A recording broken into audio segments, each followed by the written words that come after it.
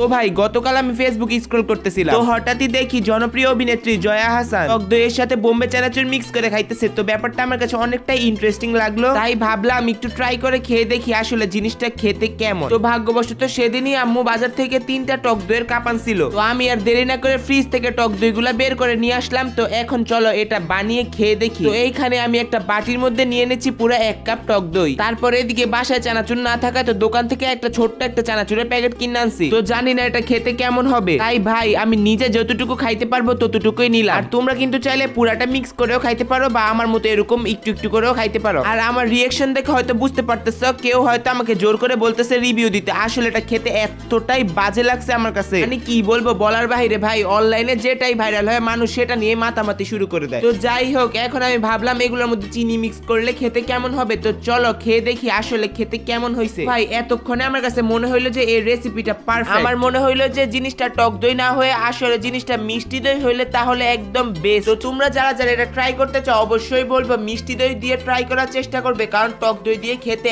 একদমই বাজে। তো এদিকে আমার খাওয়া ফিনিশ, কিন্তু ব্লগ কিন্তু এখনো ফিনিশ হয় না, এখনো দেখতে থাকো তোমরা। এখন আবারও খেতে নিয়ে নিলাম আরেক কাপ দই, কিন্তু আগের বারের মতো চানাচুর দিয়ে না, এখন খাচ্ছি মিঠাই আর চিড়া দিয়ে। যাই বলো ভাই সবকিছুর থেকে কিন্তু মিঠাই আর চিড়া কিন্তু টক দইয়ের সাথে একদমই ভালো যায়। আর ভাই অনেক অনেক অঞ্চলে কিন্তু এটা সকালের নাস্তা এবং বিকালের নাস্তা হিসেবেও খাওয়া হয়। আর এই জিনিসটার মধ্যে কিন্তু প্রচুর পরিমাণে পুষ্টি উপাদান ভরপুর। তো ভাই এক্ষুনি আমার ভিডিওটা দেখি কারা কারা ট্রাই করতে যাচ্ছ, তো তাড়াতাড়ি তারাই কমেন্টে সাড়া দিয়ে যাও। তো আমার আজকের ব্লগটা এই পর্যন্তই ছিল। তো সবাই ব্লগটাকে লাইক করে দিয়ে যাবা এবং আমার চ্যানেলটাকে সাবস্ক্রাইব করে দিয়ে যাবা। তো সকলকে বাই।